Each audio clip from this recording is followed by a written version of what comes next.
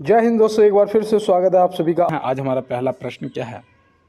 देखिए, यहाँ पे पूछा गया है कि जल्लीकट्टू किस राज्य में मनाया जाता है। जल्लीकट्टू जो है वो किस राज्य में मनाया जाता है, तो आप यहाँ पे क्या बताएंगे? तो इनमें से जो आपका सही जवाब है वो याद रखना है यहाँ पे तमिलनाडु। ऑप्शन सी आपका क्या हो जाएगा? बिल्कुल राइट जवाब तमिलनाडु हो जाएगा। जल्लीकट्टू किस राज्य में मनाया जाता है? तमिलनाडु में। और यहाँ पे आप बता देंगे। और चलते हैं अपने अगले प्रश्न की तरफ। और यहाँ पे देखो, प्रश्न है हमारा कि श्रीनगर कौन सी नदी के किनारे स्थित है। श्रीनगर जो है वो कौन सी नदी के किनारे स्थित है? तो यहाँ पे आप बता देंगे कि भैया झेलम हो जाएगा, जो कि ऑप्शन बी, झेलम के दोनों सिरों पे। और जो श्रीनगर है इसकी स्थापना किसने कराई थी, ये भी पूछ लिया जाता है। तो याद रखना भैया, सम्राट अशोक ने इसकी स्थापना कराई थी। ठीक है ना, किसने? सम्राट अशोक ने इसकी स्थापना करी थी। तो ये भी आप ध्यान रखेंगे। और ये एक झेलम नदी के किनारे बसा हुआ नगर है। तो चलते हैं दोस्त अपने अगले प्रश्न की तरफ। देखिए, यहाँ पे दिया गया है कि राष्ट्रपति जी को अध्यादेश जारी करने का अधिकार किस अनुच्छेद में दिया गया है। राष्ट्रपति जी को अध्यादेश जारी करने का जो अधिकार है वो किस अनुच्छेद में दिया गया है? तो यहाँ पे जो हमारा बिल्कुल राइट जवाब है वो हो जाएगा अनुच्छेद 123। क्या हो जाएगा? अनुच्छेद 123 ऑप्शन बी। और मैं उम्मीद करता हूँ कि आपने भी यही सही जवाब किया भी होगा। अनुच्छेद 75 में याद रखना जो आपके प्रधानमंत्री जी हैं, ठीक है ना, जो प्रधानमंत्री जी हैं उनकी नियुक्ति से संबंधित है। और अनुच्छेद 61 जो है इसमें राष्ट्रपति जी पे महाभियोग की कार्रवाई की जा सकती है। ठीक है ना, अनुच्छेद 61 में, ठीक है ना, राष्ट्रपति जी का जो चुनाव है, ठीक है ना, जो चुनाव है वो आपका आता है कौन से आर्टिकल में आता है? तो याद रखना भैया 55 में आता है। ठीक है ना, जो चुनाव है। और उपराष्ट्रपति जी का जो प्रावधान है वो किस में आता है? उपराष्ट्रपति जी का जो प्रावधान है वो याद रखना भैया, वो आपका आता है आर्टिकल 63 में। किस में आता है? आर्टिकल 63 में। अब यहाँ पे मैंने जो भी आपको आर्टिकल बताई ये आपकी पेपर से संबंधित और इम्पोर्टेंट आर्टिकल हैं। ठीक है ना, बाद बाकी आप मेरे साथ जुड़े रहोगे तो मैं आपको आपका टोटल कंप्लीट करवा दूंगा। ठीक है ना, जो भी आपसे पूछा जाएगा। यहाँ पे दिया गया है साल 2027 में फुटबॉल एशिया कप की मेज़बानी कौन सा देश करेगा। देखो भैया, ये आपके समझ लीजिएगा कि आपके पेपर में करंट से संबंधित क्वेश्चन पूछा जा सकता है। तो याद रखना भैया, साल 2027 की अगर बात करेंगे तो 2027 में सऊदी अरब में होगा। कहाँ पर होगा? सऊदी अरब। ऑप्शन सी यहाँ पे हमारा क्या हो जाएगा? बिल्कुल सही जवाब। अगर हमसे यहाँ पे भैया 2023 का पूछ लिया गया तो हम क्या बताएंगे? अगर 2023 में पूछ लिया गया कहाँ पर हुआ था, तो याद रखना भैया ये कतर में हुआ था। और अब ये 2027 में होगा कहाँ पर? सऊदी अरब में। तो ये भी आपको ध्यान में रखना है। और चलते हैं इसके साथ अपने अगले प्रश्न की तरफ। यहाँ पे दिया गया है किस प्रदेश में नामदफा राष्ट्रीय उद्यान है। किस प्रदेश में नामदफा राष्ट्रीय उद्यान है? तो यहाँ पे आप क्या बताएंगे? तो याद रखना भैया, यहाँ पे जो आपका नामदफा राष्ट्रीय उद्यान है वो यहाँ पे सही जवाब अरुणाचल प्रदेश हो जाएगा। क्या हो जाएगा? अरुणाचल प्रदेश। ऑप्शन बी यहाँ पे बिल्कुल सही जवाब हो जाएगा। असम में आपका कौन सा है? तो असम में याद रखना जो ज़्यादातर आपसे पूछा जाता है काजीरंगा। क्या पूछा जाता है? काजीरंगा राष्ट्रीय उद्यान। तो ये आप याद रखें। काजीरंगा कहाँ पर है भैया? असम में पड़ता है। उत्तर प्रदेश में याद रखना जो ज़्यादा पूछे जाने की संभावना होती है दुधवा नेशनल पार्क, है ना, दुधवा नेशनल पार्क आपसे ज़्यादा पूछे जाने की संभावना होती है। तो ये भी आप दुधवा नेशनल पार्क को भी अपना कंप्लीट कर लेंगे। और चलते हैं अपने अगले प्रश्न की तरफ। देखिए, यहाँ पे दिया गया है अनुवांशिक संबंधित प्रयोग के लिए मेंडल ने किस पौधे का चुनाव किया था। अनुवांशिक संबंधित प्रयोग के लिए मेंडल ने किस पौधे का चुनाव किया था? तो ये प्रश्न ज़्यादातर पूछा जाता है, इसलिए मैंने आपसे कहा है कि आप नोट करेंगे मटर का पौधा, जो कि ऑप्शन ए यहाँ पे क्या हो जाएगा आपका? बिल्कुल राइट जवाब दोस्त हो जाएगा। और चलते हैं इसके साथ अपने अगले प्रश्न की तरफ। देखिए, यहाँ पे दिया है वैल में श्वासन किस अंग में होता है। वैल में जो श्वासन है वो किस अंग में होता है? तो भैया देखो, जो आपकी वैल है वो एक क्या है? वो एक स्तनधारी है ना, स्तनधारी है, जिसके हृदय में चैम्बर होते हैं 4, 2 अनिल और 2 निलय, है ना, 4 होते हैं मानव की तरह। क्योंकि भाई स्तनधारी है तो इनके गलफड़े नहीं होते ना, गिल द्वारा नहीं ले सकती हैं सांस, है ना। तो यहाँ पे याद रखना भैया, सही जवाब आपका फेफड़ा हो जाएगा। क्या हो जाएगा? फेफड़ा हो जाएगा। आपने देखा होगा जब वेल ऊपर आती है पानी में तो यहाँ पे एक छिद्र टाइप का होता है ना, और यहाँ से एकदम से हवा निकालती है बहुत सारी और लेती है, फिर वापस चली जाती है पानी में। और ये आप ध्यान रखेंगे। और चलते हैं दोस्त अपने अगले प्रश्न की तरफ। यहाँ पे देखो, मैंने आपको क्या गलफड़े बता दिए, सॉरी माफ़ी चाहते हैं, फेफड़े होंगे, ठीक है ना। ऑप्शन सी होगा यहाँ पे फेफड़ा आपका बिल्कुल सही जवाब। और चलते हैं इसके साथ अपने अगले प्रश्न की तरफ। मेढक जो है वो किस वर्ग का जंतु है? मेढक जो है वो किस वर्ग का जंतु है? तो यहाँ पे आप क्या बताएंगे? तो याद रखना भैया, या तो आपको वैसे तो उभयचर वर्ग हो जाएगा, यहाँ पे उभयचर वर्ग है ना, उभयचर वर्ग ऑप्शन बी हो जाएगा आपका सही जवाब। और कहीं आपको हो सकता है एम्फीबिया लिखा हुआ मिल जाए, एम्फीबिया है ना, तो ये भी आप ध्यान में रखेंगे दोस्त, और अपना आंसर जो है बिल्कुल राइट लगा के आएंगे। और चलते हैं इसके साथ अपने अगले प्रश्न की तरफ कि पेंसिल बनाने में प्रयुक्त कार्बन होता है। पेंसिल बनाने में जो प्रयुक्त कार्बन होता है वो आपका ग्रेफाइट होता है भैया। कौन सा होता है? ग्रेफाइट। ऑप्शन बी यहाँ पे क्या हो जाएगा हमारा बिल्कुल राइट जवाब हो जाएगा। और चलते हैं इसके साथ अपने अगले प्रश्न पे। देखो यहाँ पे हमारा प्रश्न पूछा जा रहा है कि किस भारतीय मूल की लेखिका का पहला उपन्यास बुकर प्राइज लॉन्ग लिस्ट में शामिल हुआ है ना? कौन सा पहला उपन्यास बुकर प्राइज लॉन्ग लिस्ट में शामिल हुआ है और वो भारतीय मूल की लेखिका हैं? तो उनका नाम क्या है? यहाँ पे देखो ये आपके करंट से भी संबंधित है और आपका जीके का क्वेश्चन है भाई। तो यहाँ पे आप क्या बताएंगे? तो यहाँ पे याद रखना भाई, इनका ये 2023 में शामिल हुआ है ना। और इनका जो नाम है वो क्या है? वो है चेतना मारू जी, जो कि ऑप्शन ए में दिया गया है ना। चेतना मारू जी का जो पहला उपन्यास है वो बुकर प्राइज लॉन्ग लिस्ट में शामिल हुआ है। और चलते हैं 2023 में हुआ है, ये भी आप ध्यान में रखेंगे। और यहाँ पे हमारा जो अगला प्रश्न है वो है भारत में प्रथम उपराष्ट्रपति जी कौन थे? भारत के प्रथम उपराष्ट्रपति जी जो हैं वो कौन थे? तो काफ़ी दोस्त ऐसे होंगे जो इसमें कंफ्यूज हो जाएंगे, है ना। और अगर मैं यहाँ पे आपसे पहले राष्ट्रपति जी पूछ दूँ तो भी आप कंफ्यूज हो जाएंगे। यहाँ पे मैं आपको बता दूँ, देखो अपना क्लियर कर लो, डॉक्टर सर्वपल्ली राधाकृष्णन जी जो हैं वो भारत के प्रथम उपराष्ट्रपति थे।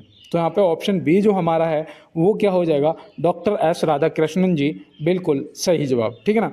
और यहाँ पे एक चीज़ याद रखना, अगर भारत के प्रथम राष्ट्रपति जी पूछा जाएगा तो आप बता सकते हैं डॉक्टर राजेंद्र प्रसाद जी, जो कि आपका यहाँ पे बिल्कुल सही जवाब हो जाएगा। और ये पहले राष्ट्रपति थे। डॉक्टर जाकिर हुसैन जी जो है, इनसे भी आपको याद रखना है कि ये भारत के तीसरे राष्ट्रपति थे और पहले मुस्लिम राष्ट्रपति थे, ठीक है ना। पहले मुस्लिम राष्ट्रपति और वैसे ये तीसरे राष्ट्रपति थे। तो ये भी आप याद रखेंगे डॉक्टर जाकिर हुसैन जी को। और चलते हैं इसके साथ में अपने अगले प्रश्न की तरफ। देखो यहाँ पे दिया गया है, वर्ष 1975 से 1977 के बीच आपातकाल के दौरान भारत के प्रधानमंत्री कौन थे? है ना। वर्ष 1975 से 1977 के बीच अभी तक देखो एक प्रश्न और बनता है कि अभी तक भारत में कितनी बार आपातकाल की घोषणा हो चुकी है?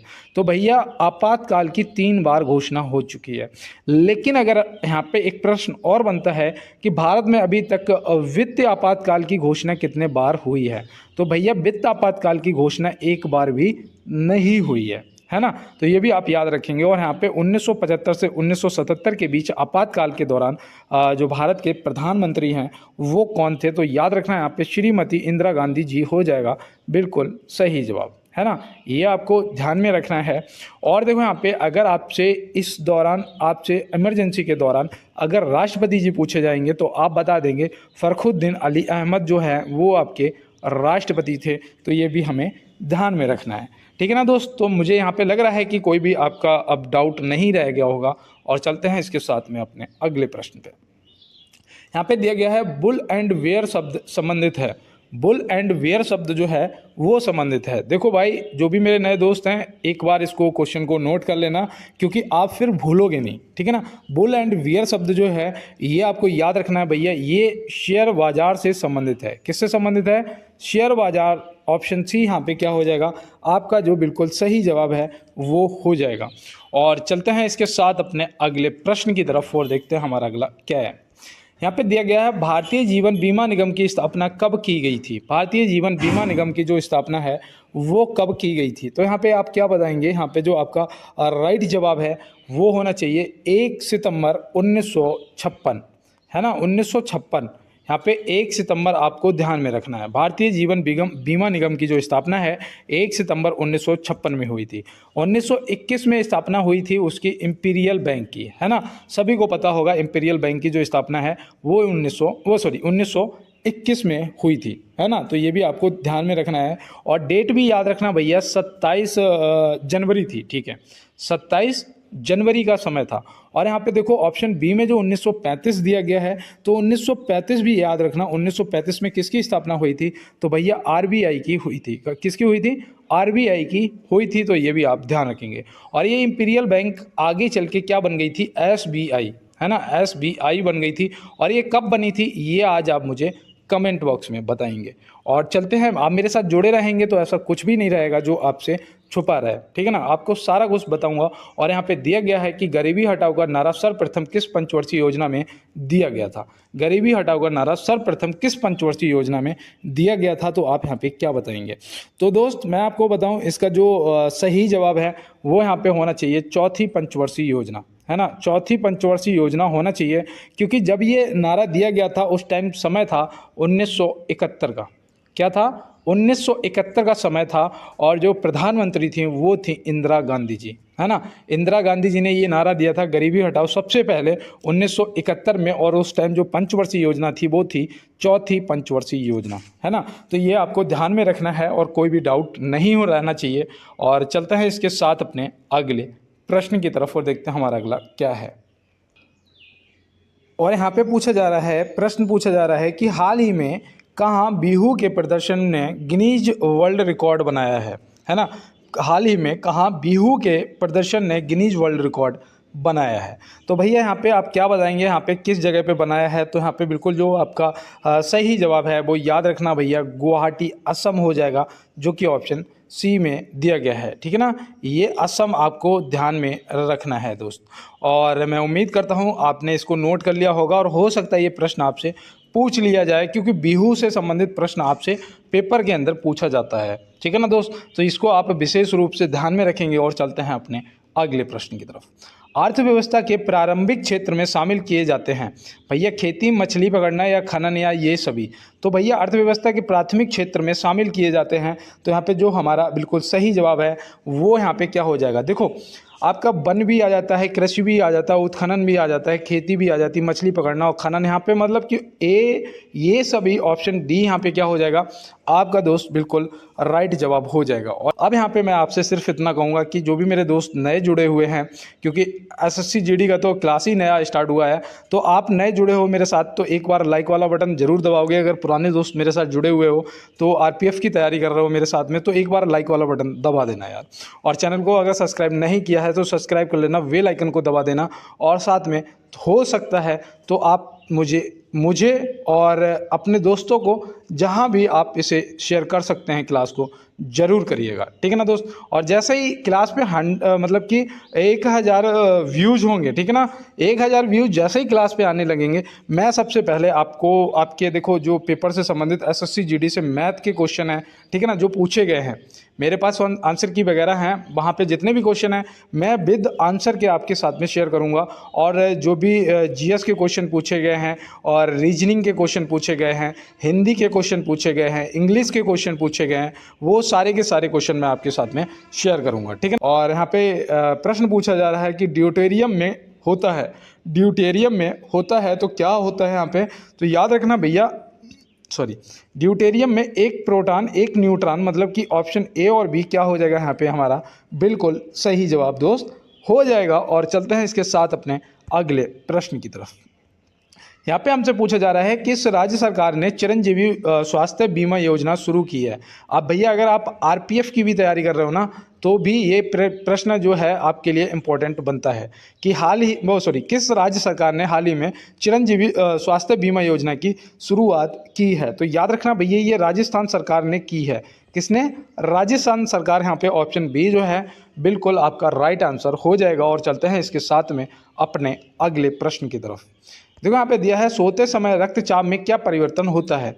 सोते समय रक्तचाप में क्या परिवर्तन होता है? वैसे आपका एक जो सामान्य व्यक्ति का रक्तचाप होता है ये भी आपसे पूछ लिया जाता है। तो याद रखना भैया कितना होता है? 120 से 80 मिमी, ठीक है ना, 120 से 80 होता है आपके सामान्य व्यक्ति का, जो स्वस्थ व्यक्ति का रक्तचाप, ठीक है ना। लेकिन यहाँ पे पूछा है सोते समय रक्तचाप में क्या परिवर्तन होता है, तो आप क्या बताएंगे? तो याद रखना जो रक्त का दाब है वो घट जाता है। क्या हो जाता है?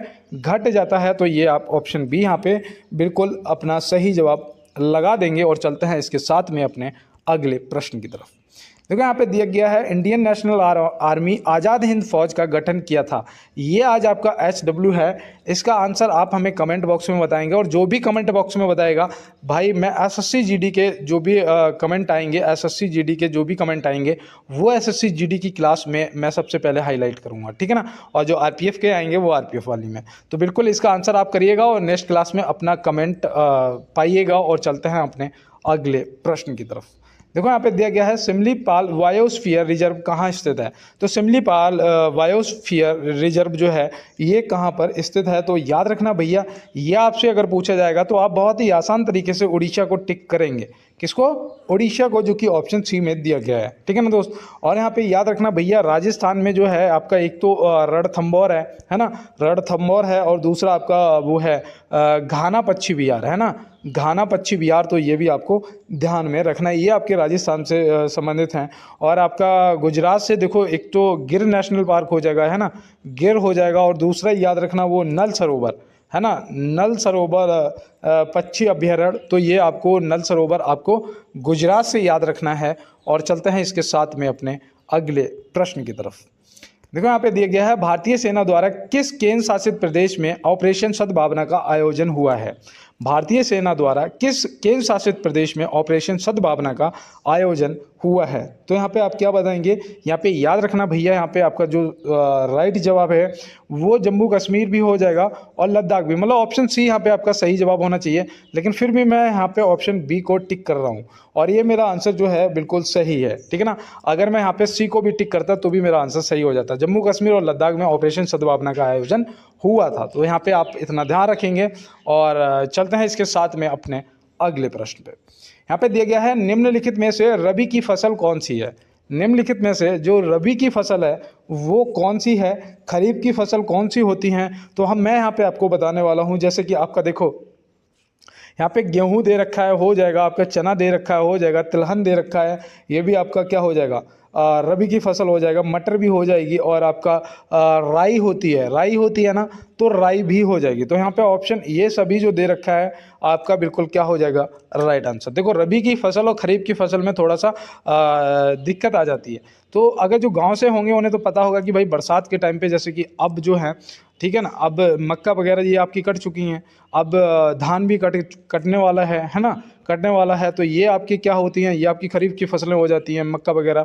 और अब जो गेहूं के साथ में होंगी वो आपकी रबी की फसल हो जाएंगी। यहाँ पे जैसे खरीफ की फसल कौन सी है पूछ दिया गया है, तो भैया देखो चावल भी हो जाएगा, मक्का भी हो जाएगा, कपास, मतलब ये सभी जो दे रखा है यहाँ पे ये आपकी खरीफ की फसलें हो जाएंगी, है ना। धान, मक्का है, और ये मूंगफली है, ठीक है ना, मूंगफली है, ये सब आपका क्या हो जाएगा, ये आपकी खरीफ की फसलें हो जाएंगी। तो यहाँ से आप समझ सकते हैं। और चलते हैं अपने अगले प्रश्न की तरफ। यहाँ पे दिया गया है प्रत्येक वर्ष राष्ट्रीय एकता दिवस कब मनाया जाता है।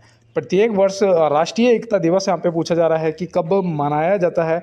तो भैया देखो मैं यहाँ पे आपको बताऊँ, राष्ट्रीय एकता दिवस पूछा गया है ना। अब यहाँ पे आप क्या लगाएंगे अपना सही जवाब। तो यहाँ पे 31 अक्टूबर हो जाएगा आपका सही जवाब। क्या हो जाएगा, 31 अक्टूबर को राष्ट्रीय एकता दिवस मनाया जाता है। 2 अक्टूबर को आपका अहिंसा दिवस मनाया जाता है ना, अहिंसा दिवस मनाया जाता है। तो ये भी आप ध्यान में रखेंगे। 8 अक्टूबर को आपका वायु सेना दिवस मनाया जाता है। तो ये भी आप ध्यान में रखेंगे, ठीक है ना दोस्त। तो चलते हैं इसके साथ अपने अगले प्रश्न की तरफ और देखते हैं हमारा अगला प्रश्न क्या है। देखो यहाँ पे दिया गया है प्रसिद्ध गोमेतेश्वर की मूर्ति कहाँ स्थापित है। प्रसिद्ध गोमेतेश्वर की मूर्ति कहाँ स्थापित है। तो आप यहाँ पे क्या बताएंगे। तो भैया ये राज्य की बात करेंगे तो हो जाएगा आपका कर्नाटक। राज्य की बात करेंगे तो क्या हो जाएगा, कर्नाटक। और वैसे आप याद रखना भैया सिरवड़वेलगोला है ना, सिरवड़वेलगोला। तो सिरवड़वेलगोला को आप क्या करेंगे, ध्यान में रखेंगे, ठीक है ना। सिरवड़वेलगोला जो कि आपका कर्नाटक में पड़ता है, और वहीं पे आपकी प्रसिद्ध गोमेतेश्वर की मूर्ति स्थापित है। तो ये आप ध्यान में रखेंगे। और चलते हैं इसके साथ में अपने अगले प्रश्न की तरफ। देखो यहाँ पे दिया गया है देवधर ट्रॉफी किस खेल से संबंधित है। देवधर ट्रॉफी जो है वो किस खेल से संबंधित है, आपसे यहाँ पे ये पूछ लिया गया है। तो भैया देखो, ट्रॉफी वगैरह जो भी आपके पुरस्कार हैं खेलों से संबंधित, वो आपको पता होना चाहिए और आपसे पेपर के अंदर पूछे भी जा सकते हैं। तो देवधर ट्रॉफी का याद रखना भैया क्रिकेट से संबंधित है। किससे? क्रिकेट से संबंधित है, तो यहाँ पे क्रिकेट हो जाएगा आपका बिल्कुल राइट आंसर, ठीक है ना। हॉकी से आप याद रखेंगे, एक तो आपका आगा खां कप होता है ना, आगा खां कप हो जाता है, और एक आपका सुल्तान अजलान शाह कप होता है, तो ये भी आप याद रखेंगे। और यहाँ पे आप देखो फुटबॉल में आपका वो होता है मारडेका कप, है ना, मारडेका कप। तो मारडेका कप जो है ये आप याद रखेंगे, आपका फुटबॉल से हो जाएगा। और आपका बैडमिंटन से एक याद रखना, बैडमिंटन से याद रखना आपका थॉमस कप होता है ना, थॉमस कप जो होता है ये आपका बैडमिंटन से संबंधित है। और दूसरा आपको याद रखना है उबेर कप होता है ना, उबेर कप भी आपका बैडमिंटन से हो जाएगा। तो ये सब आपको कप जो हैं, खेल जो हैं, इनसे संबंधित जो लोग हैं, ये सब आपको ध्यान में रखना है। और चलते हैं दोस्त अपने अगले प्रश्न की तरफ। और मैं आपको एक बात बता दूं दोस्त, कि कहते हैं ना कि हर किसी की ज़रूरत पर नंगे पाँव पहुँचे हम, और हमारी बारी में सबके यहाँ क्या था, धूप बहुत थी। हमारी बारी में सबके यहाँ धूप बहुत थी। तो बिल्कुल दोस्त, आप अपना समय किसी के लिए बर्बाद मत करो, खुद का समय खुद पे लगाओ और सफलता को हासिल करो, ठीक है ना दोस्त। और यहाँ पे चलते हैं अपने प्रश्न पे। और यहाँ दिया गया है कि किस राज्य सरकार ने 1 लाख तक का ब्याज मुफ्त फसल लोन शुरू किया है। तो भैया देखो, ये आपके लिए इंपॉर्टेंट प्रश्न मुझे लग रहा है और आपको पता होना चाहिए। तो वो सरकार है उड़ीसा की सरकार। कौन सी? उड़ीसा की सरकार, जो कि ऑप्शन सी में दिया गया है, ठीक है ना दोस्त। तो ये आप याद रखेंगे, उड़ीसा का सरकार, ऑप्शन सी यहाँ पे हो जाएगा हमारा बिल्कुल सही जवाब। और चलते हैं अपने अगले प्रश्न पे। मोहम्मद गौरी द्वारा किसे हराकर भारत में तुर्की राज्य की स्थापना की गई थी। तो मोहम्मद गौरी द्वारा किसे हराकर भारत में तुर्की राज्य की स्थापना की गई थी। तो मैं यहाँ पे आपको बता दूं, हम लोगों की गलती रहती थी कि हम लोग ना थोड़े दयावान थे, है ना, दया कर देते थे। बस वही एक गलती हुई हमसे और पृथ्वीराज चौहान जी को हारना पड़ा, है ना। क्योंकि देखो, जो मोहम्मद गौरी और पृथ्वीराज चौहान जी का युद्ध हुआ था, वो हुआ था तराइन का युद्ध। कौन सा हुआ था? तराइन का युद्ध हुआ था, ठीक है ना। ये कब हुआ था? तो याद रखना, पहला हुआ था 1191 में, जिसमें मोहम्मद गौरी हारा था और इसको पृथ्वीराज चौहान जी ने जिंदा छोड़ दिया। बस यही सबसे बड़ी गलती हो गई। और ये फिर 1192 में इसने फिर धोखे से आक्रमण किया और इसने तुर्की राज्य की स्थापना की, ठीक है ना। तो यहाँ से याद रखना पृथ्वीराज चौहान जी। और चलते हैं अपने अगले प्रश्न की तरफ। और यहाँ पे दिया गया है, शब्द बटरफ्लाई स्ट्रोक किस खेल से संबंधित है। शब्द बटरफ्लाई स्ट्रोक जो है वो किस खेल से संबंधित है। तो ये शब्द आप याद रखेंगे भैया, तैराकी से हो जाएगा। मैंने आपको पहले भी बताया है, बटरफ्लाई स्ट्रोक तैराकी से संबंधित याद रखेंगे। और पेनल्टी, देखो ये हॉकी होती है तो इसके बल्ले में स्ट्रोक होता है ना, हॉकी से खेलते हैं और वैसे बल्ले में स्ट्रोक होता है, वैसे हॉकी में स्ट्रोक होता है, ऐसे समझिएगा। तो मैं इसे शॉर्टकट में बता सकता हूँ कि पेनल्टी स्ट्रोक शब्द जो है वो आपका हॉकी से संबंधित है, और पेनल्टी किक जो है वो आपका फुटबॉल से संबंधित है। तो पेनल्टी स्ट्रोक और पेनल्टी किक आपको ध्यान में रखना है, ठीक है ना दोस्त। तो ये आपके खेलों से संबंधित शब्द हैं। और आपका गली हो जाएगा, चाइना मैन हो जाएगा, और आपका गुगली शब्द हो जाएगा, ये सब आपके क्रिकेट से संबंधित है। तो चलते हैं दोस्त अपने अगले प्रश्न की तरफ। तारापुर नाभिकीय ऊर्जा संयंत्र कहाँ स्थित है। तारापुर नाभिकीय ऊर्जा संयंत्र जो है ये कहाँ पर स्थित है। तो आप क्या बताएंगे। तो यहाँ पे याद रखना भैया, ये महाराष्ट्र में स्थित है। कहाँ पर? महाराष्ट्र। ऑप्शन ए हो जाएगा हमारा सही जवाब। और ये आपको मैं बता दूं, ये भारत का पहला था, ठीक है ना, ये भारत का पहला था। और इसकी जो स्थापना है वो 1969 में हुई थी। कब हुई थी? 1969 में ये स्थापित हुआ था। तो ये भी आपको ध्यान में रखना है, ठीक है ना। कब स्थापित हुआ था? 1969 में हुआ था, भारत का पहला था और ये महाराष्ट्र में है। तो ये आप याद रखेंगे। चलते हैं दोस्त अपने अगले प्रश्न पे और देखते हैं हमारा अगला क्या है। देखो यहाँ पे दिया गया है, स्विट्जरलैंड की मुद्रा का नाम क्या है। स्विट्जरलैंड की मुद्रा का, देखो जो भी हमारे पड़ोसी देश हैं और बात है कि जिन देशों से पूछे जा सकते हैं, एक बार आप क्या करेंगे, सभी देशों की जो मुद्राएं हैं ना वो रिवीजन कर लेना, ठीक है ना, देख लेना एक बार, क्योंकि कोई भी आपसे देश की पूछी जा सकती है। जब एक बार देखा होगा ना तो हो सकता है कि वहाँ पे याद आ जाएगा हमें, है ना दोस्त। तो बिल्कुल देख लेना। और यहाँ पे आपका सही जवाब जो स्विस फ्रांक देख रखा है, ऑप्शन ए आपका स्विट्जरलैंड की मुद्रा जो है सही जवाब हो जाएगा। और यहाँ पे देखो, रुपया और रुपया अब आप बताइएगा यहाँ पे रुपया और रुपया जो है वो कहाँ का है। तो भैया देखो रुपया तो हमारे यहाँ का हो जाएगा, लेकिन जो रुपया दे रखा है ना ये इंडोनेशिया का है। कहाँ का? इंडोनेशिया का। तो ये भी आप ध्यान रखेंगे। चलते हैं दोस्त अपने अगले प्रश्न की तरफ। छत्तीसगढ़ राज्य की राजधानी क्या है? छत्तीसगढ़ राज्य, देखो जितने भी राज्य हैं उनके जो राज्यपाल हैं, उनके जो सीएम हैं, ये सभी और उनकी जो राजधानियां हैं ये सब आपको एकदम पता होनी चाहिए, क्योंकि पेपर में कभी भी आपसे पूछा जा सकता है। तो यहाँ पे देखो आपका छत्तीसगढ़ का पूछा है, तुरंत आप बताएंगे रायपुर, है ना। अगर जयपुर पूछा जाएगा तो जयपुर बताइएगा, तो जयपुर तुरंत बता दोगे भैया ये राजस्थान का है। किसका? राजस्थान का। कोहिमा जो है, कोहिमा, तो कोहिमा तुरंत बता दोगे भैया ये नागालैंड का है ना। इम्फाल अगर पूछा जाएगा, इम्फाल, तो तुरंत बता दोगे भैया मणिपुर का है ना। कहाँ का है? मणिपुर का है। तो तुरंत आपको इस टाइप से सब बताना चाहिए। जैसे कि अरुणाचल प्रदेश का मैंने याद करा था, कैसे कराया था कि अरुणाचल ईंटा पाथेंगे, मतलब कि ईंटा नगर, है ना। अरुणाचल का क्या हो जाएगा? ईंटा नगर हो जाएगा। ऐसे आपको सभी पता होनी चाहिए। और चलते हैं अपने अगले प्रश्न की तरफ। भारत में खाद्य सुरक्षा और मानक प्राधिकरण का मुख्यालय कहाँ है? भारत में खाद्य सुरक्षा और मानक प्राधिकरण का जो मुख्यालय है वो कहाँ पर स्थित है? भैया किसका पूछा जा रहा है? FSSAI का पूछा जा रहा है। FSSAI। जब भी कुछ खाने पीने का आइटम लेने जाते हो ना मार्केट से, FSSAI का ये आपको लगा हुआ स्टम्प मिलता होगा, है ना। तो इसका जो मुख्यालय है ना वो है भैया नई दिल्ली में। कहाँ पर? नई दिल्ली। ऑप्शन ए हो जाएगा सही जवाब। इसकी जो स्थापना है ना, इसकी जो स्थापना है, सॉरी यहाँ पे पेन थोड़ा गड़बड़ कर रहा है। स्थापना जो है वो 2006 में हुई थी, ठीक है ना। कब हुई थी? 2006 में हुई थी। तो ये भी आप ध्यान में रखेंगे। और चलते हैं इसके साथ में अपने अगले प्रश्न पे। देखो यहाँ पे दिया गया है जापान की खाई, जापान ट्रेंच किस महासागर में स्थित है? जापान की खाई, जिसे जापान ट्रेंच भी बोलते हो आप, वो किस महासागर में स्थित है? तो भैया याद रखना यहाँ पे प्रशांत महासागर सही जवाब हो जाएगा। और सबसे गहरा गर्त कौन सा है? सबसे गहरा जो गर्त है वो कौन सा है? तो वो मारियाना गर्त है ना। वो भी कहाँ है? आपका प्रशांत महासागर। और सबसे बड़ा महासागर भी है प्रशांत महासागर, है ना। तो ये सब आप प्रशांत महासागर से चीज़ों को याद में रखेंगे। और चलते हैं इसके साथ में अपने अगले प्रश्न की तरफ।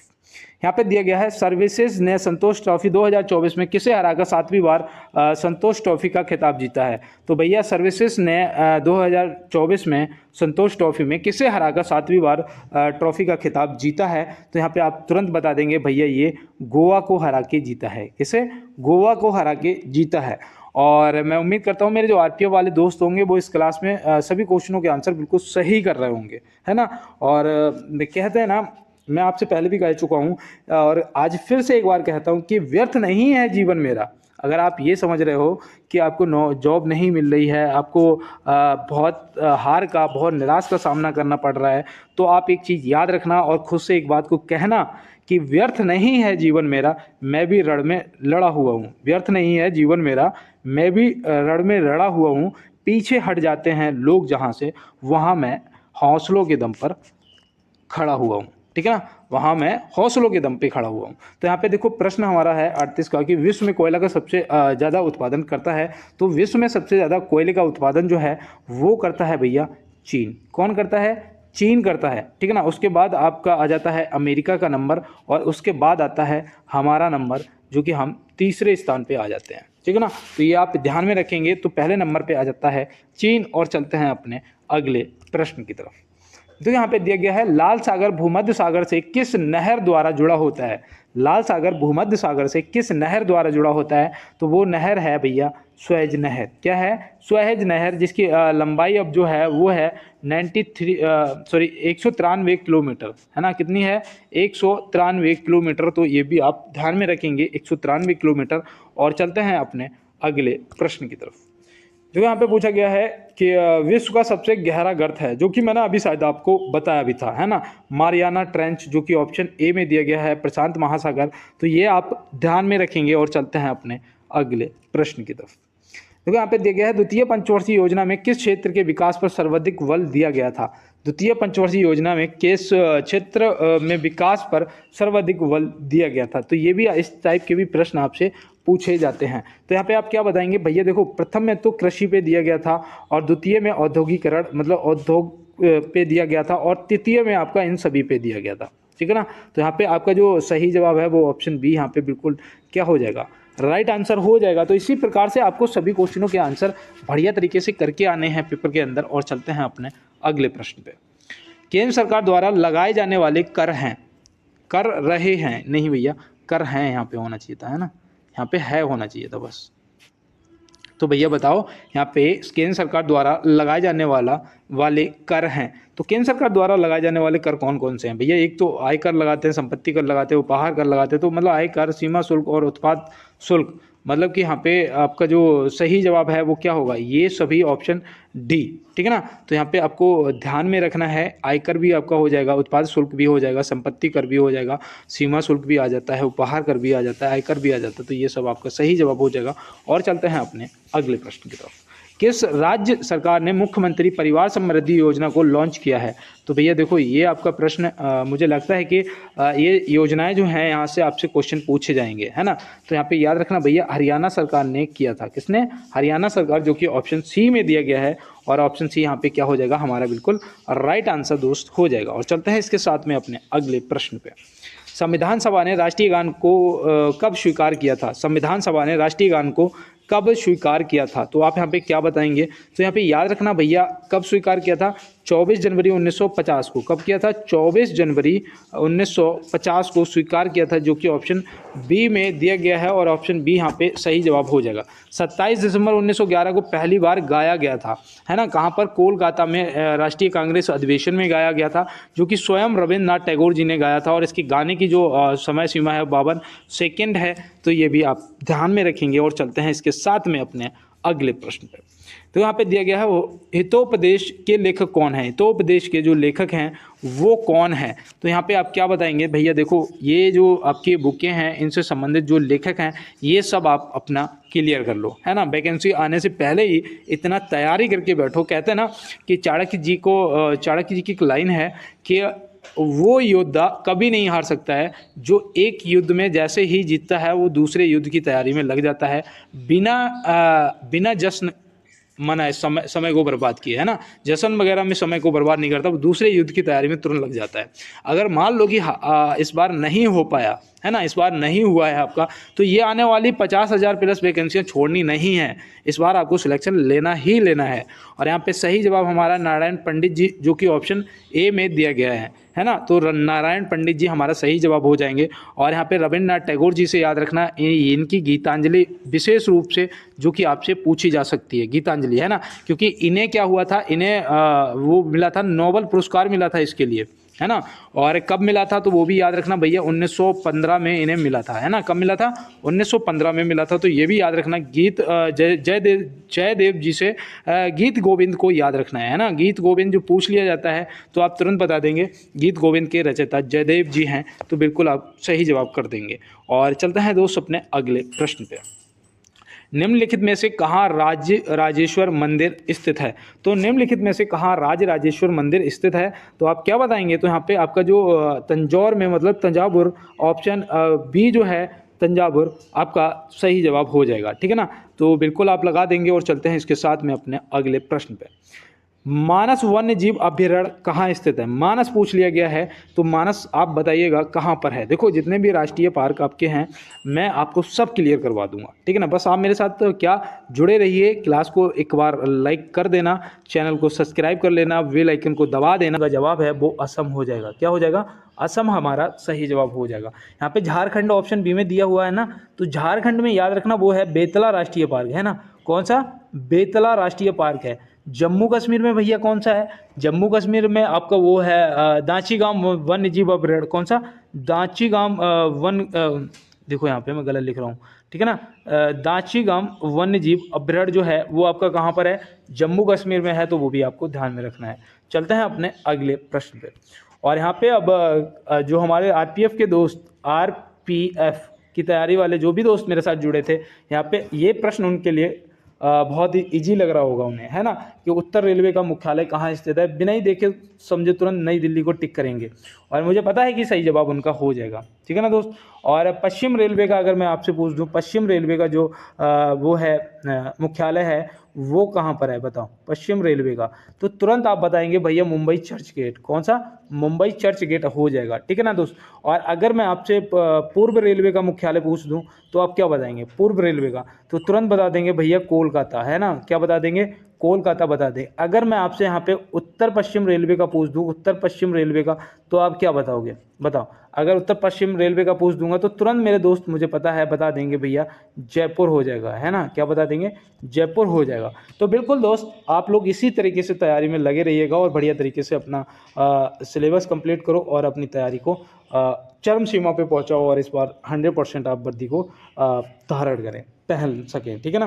और यहाँ पे दिया गया हमारा जो लास्ट प्रश्न है कि भारत में अब्रक का उत्पादन करने वाला एकमात्र राज्य कौन सा है। भारत में अब्रक का उत्पादन करने वाला एकमात्र राज्य पूछा गया है, तो यहाँ पे आंध्र प्रदेश को तुरंत टिक करेंगे। ऑप्शन ए जो है हमारा सही जवाब हो जाएगा। तमिलनाडु में आपको याद रखना है भैया सबसे ज़्यादा लिग्नाइट पाया जाता है। क्या? लिग्नाइट जो है वो कहाँ पर पाया जाता है, वो आपका तमिलनाडु में पाया जाता है। ठीक है ना दोस्त। और केरल में आप याद रखना भैया, एक तो आपका रबड़ पाया जाता है, दूसरा आपका मसाला पाए जाते हैं, है ना, मसाले सबसे ज़्यादा आपके पाए जाते हैं। तो ये सब आपको केरल से याद रखना है।